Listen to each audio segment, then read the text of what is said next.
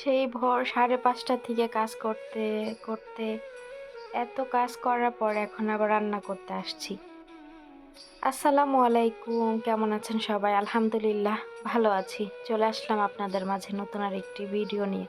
ভিডিওটি ভালো লাগলে সবাই লাইক কমেন্ট শেয়ার করবেন। আমার চ্যানেলটি প্লিজ একটু সবাই সাবস্ক্রাইব করে দিবেন। সেই সকাল 5:30 থেকে কাজ শুরু করছি। এখন সকাল থেকে কাজ করতে করতে এখন আবার আসছি রান্না করতে। একটু বসার সময়ও পাইনি, হাতে আজকে অনেক কাজ ছিল। আর 10 দিন পরে রোজা, বাসায় অনেক কাজ জমা আছে। কাজগুলো করে রোজার আগে শেষ করতে হবে, নইলে রোজার মধ্যে এই কাজগুলো নিয়ে আমার নিজেরই প্যারা খাইতে হবে। সকাল থেকে 2টা রুম অনেক সুন্দর করে পরিষ্কার করছি, পরিষ্কার করে এখন আবার আসছি রান্না করতে। এখন বাজে সকাল 10টা। রান্না বান্না করে আবার কাপড় চোপড় ধুইতে হবে। কাপড় চোপড়ও ওইখানে আমি মেশিনে দিয়ে দিছি। এখন রান্নাটা বসাই দিয়ে ওইদিকে কাপড় চোপড় ধুইয়া কমপ্লিট করব। মুরগি 3টা বের করছিলাম সকালে, আজকে সকাল দুপুরে রান্না একসাথে করব। 3টা মুরগি আমি সুন্দর করে কাইটা নিতাছি। একটা মুরগি 4 পিস করে বড় বড় করে কাইটা নিছি। দেখেন মুরগিগুলা কাইটা চামড়াগুলো ছুইলা ফালাই দিয়ে এখন ভালো করে আমি মুরগিগুলো ধুইয়া নিতেছি। তো আজকে আমি 3টা মুরগি রান্নার কারণ আজকে বিকাল আর দুপুর একসাথে রান্না করব। বিকেলে রান্না দুপুরে রান্না একসাথে করব, এজন্য বেশি করে রান্না করতেছি। তো মুরগিগুলা ধুয়ে রেখে দিলাম, এখন সবজিগুলা বের করব। আজকে আমি সালোনা রান্না করব। ওমানিদের সবচেয়ে পছন্দের একটা খাবার সালোনা।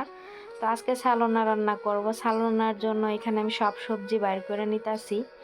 আজকে সালোনা রান্না করব লাউ, বেগুন, আলু, গাজর, টমেটো সব কিছু দিয়ে মিক্স করে আজকে সালোনা রান্না করব। আর অনেক বেশি করে সবজি দিয়ে রান্না করব, যেহেতু সকাল আর দুপুরের জন্য। রান্না করতে করতে লাস্টের পার্টটুকু শেয়ার করতে ভুলেই গেছিলাম।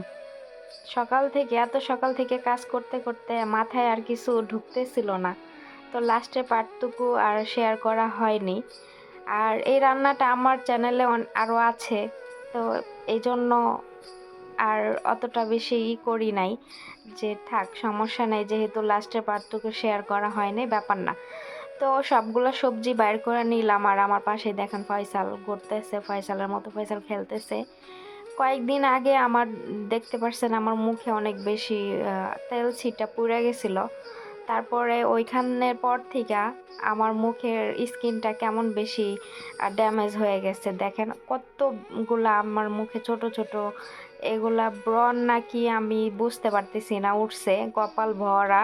তো এগুলা কিছুতেই যাচ্ছে না। আমি নিয়মিত একটু একটু করে স্কিন কেয়ার করতেছি, এগুলো যাচ্ছে না। চেহারার অবস্থা দেখেন, খুব খারাপ একটা অবস্থা, একদম ন্যাচারাল ক্যামেরা দিয়ে ভিডিও করা।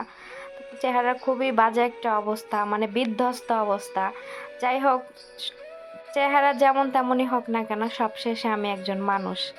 তো নিয়মিত এটাকে টেক কেয়ার করলে ইনশাল্লাহ আমার স্কিন ঠিক হয়ে যাবে।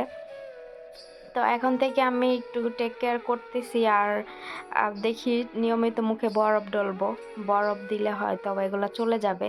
তবে কপালে এগুলো কি করছে আমি জানি না। আমি কিন্তু অনেক বেশি পরিমাণে পানি খাই, তারপরও কেন এগুলো উঠছে জানি না। সবগুলা সবজি আগে ধুইয়া নিচ্ছিলাম। ছুইলা আমি আনাম ধুয়ে নেই, আমি সবজি কখনো কাইটা ধুই না। আমি সবজিগুলা এইভাবে ছুইলা আমি আনামি ধুইয়া নেই, তারপর আমি কাটি। আমি মনে করি যে সবজি এভাবে কাইটা ধুইলে সবজির যে ভিটামিন এগুলো সব চলে যায়, এর জন্য আমি আগে ছুইলা তারপর আনামি ধুইয়া তারপর আমি কাটি। তো সব কিছু আমি ছুঁইলা নিলাম। এখন আমি এগুলাকে আমি যেভাবে সালোনা রান্না করতে গেলে কাটি সেভাবে কাটবো। আর সালোনা রান্না করতে গেলে অনেক রকমের সবজি কাটা যায়, যেমন ছোট ছোট করে কাটা যায়, বড় বড় করে কাটা যায়, আবার একদম ঝুরি ঝুরি করা যায়। এদিকে আমি চুলার মধ্যে ভাত বসে দিছিলাম, ভাতও হয়ে গেছে। এখন আমি ভাতের পানি ঝরায় নিব। তো এই যে ভাত হয়ে গেছে, পানি ঝরায় নিব। তারপরে ভাত এদিকে আবার তরকারি বসাই দিব। সবজি টবজি সব এখন কাটা হয় নাই। তরকারি বসাই দিয়ে আবার কাপড় ধুইতে হবে। ওইদিকে কাপড়ও মেশিনে হইয়া বন্ধ হইয়া আছে, ওইটার মেশিন চেঞ্জ করতে হবে। তো ভাবলাম যে রান্নাঘরে মুরগির মাংসটা বসাই দেই। এখন বাইজা গেছে 10:30। তো তো দেরি হয়ে যাবে নইলে, এজন্য ভাবলাম মুরগির মাংসটা বসাই দিই। তো এজন্য পেঁয়াজটা আমি আগে কাইটা নিতাছি, তারপরে আলু, টমেটো, গাজর এগুলো সব আমি কাইটা নিয়ে একবারে বসাই দিমু।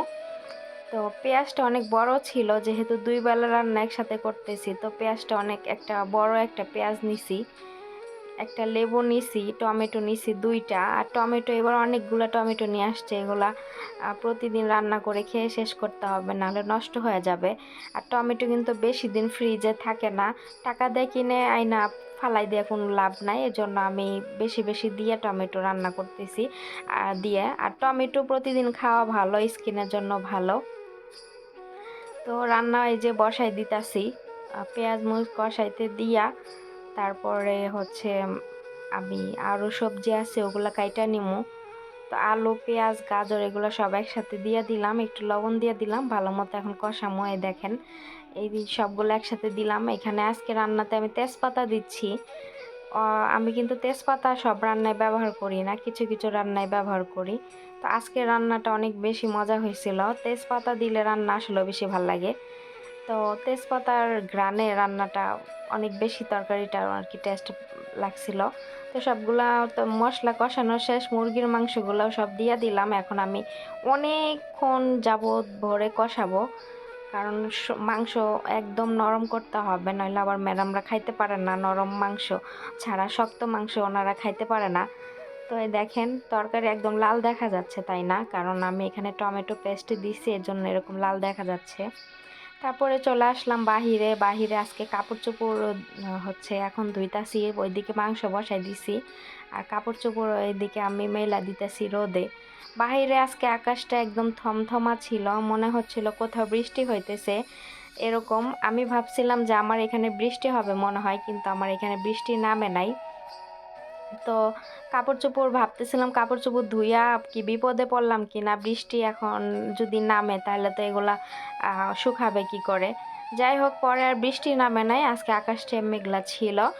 যে এখানে অলিভ অয়েল শেষ হয়ে গেছে, তো অলিভ অয়েলটা আমি ঢাইলা নিতাছিলাম। এখানে এক বোতল অলিভ অয়েল ছিল, ওইটা আমি ঢাইলা নিতাছিলাম। পুরাটা এখানে আটে নাই, তারপরও একটু বোতলে ছিল, ওগুলো আবার পরে করা যাবে, এখান থেকে কিছু অংশ একটু কমলে।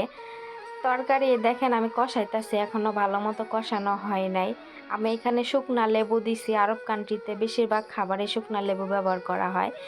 তরকারি কষাইয়া মুরগির মাংসগুলো উঠাইয়া দেখেন ফোড়নের মধ্যে এভাবে লাল লাল করে ফ্রাই করলাম। তো আজকের ভিডিও এ পর্যন্তই, দেখা হবে নেক্সট ভিডিওতে। ভিডিওটি কেমন লাগলো সবাই কমেন্ট করবেন। আল্লাহ হাফেজ।